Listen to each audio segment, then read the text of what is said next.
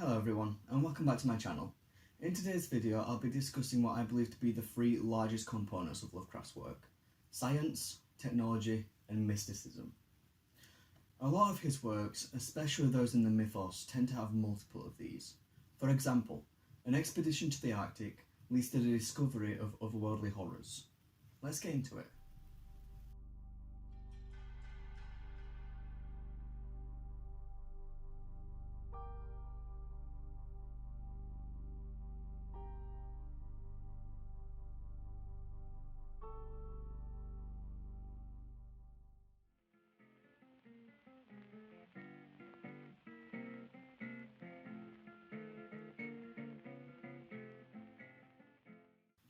When it comes to Lovecraft's work, nobody will say sci-fi isn't a dominant subject.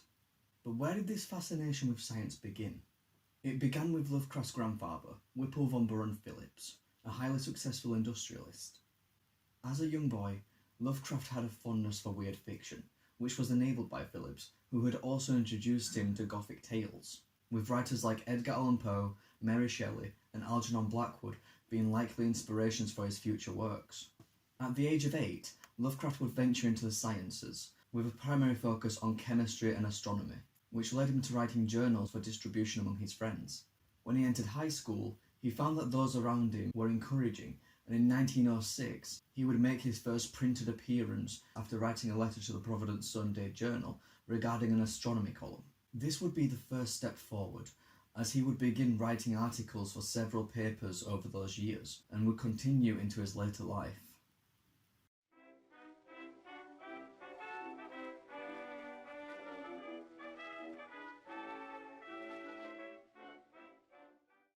The next subject I'd like to talk about is technology.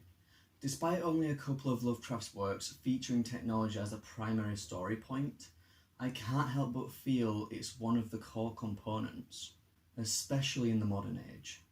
Lovecraft lived in the machine age, with the second industrial revolution still being a major phase of the first half of his life. With technology developing so rapidly in telecommunications and transportation, it's not unexpected that some would question the what-if scenarios that we do today.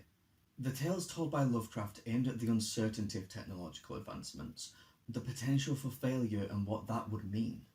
Mary Shelley's Frankenstein was a simple enough story about the hubris of man, in which the titular character would attempt to play God and the aftermath of his experiments succeeding. I think this story in particular may have been an inspiration to Lovecraft, and would feature to some degree in several works.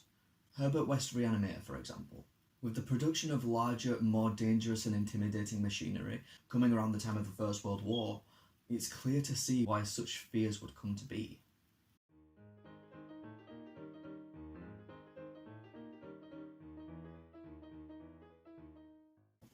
With the end of a war, many sorrow-filled faces returned home, the horrors imprinted. A darkness was approaching the later half of Lovecraft's life. Prohibition, the Great Depression, it was as if the things he imagined were coming to be.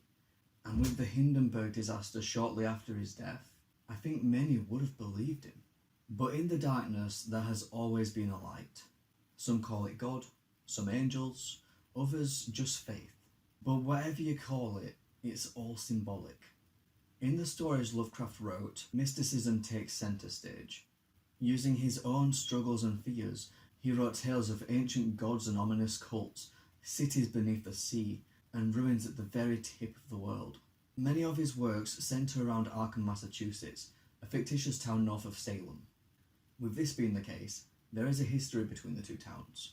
Haunted houses and stories of witches are legends among the denizens of Arkham, and the history of its people is rich with curiosities.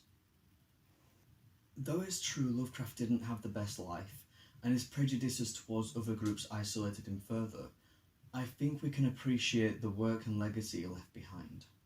Currently, there are many people discovering Lovecraft for the first time, and I want to show that you can separate the work from the author, and that you don't have to feel bad for enjoying the work of a person just because their beliefs don't align with your own. I hope you all enjoyed this video. Thank you.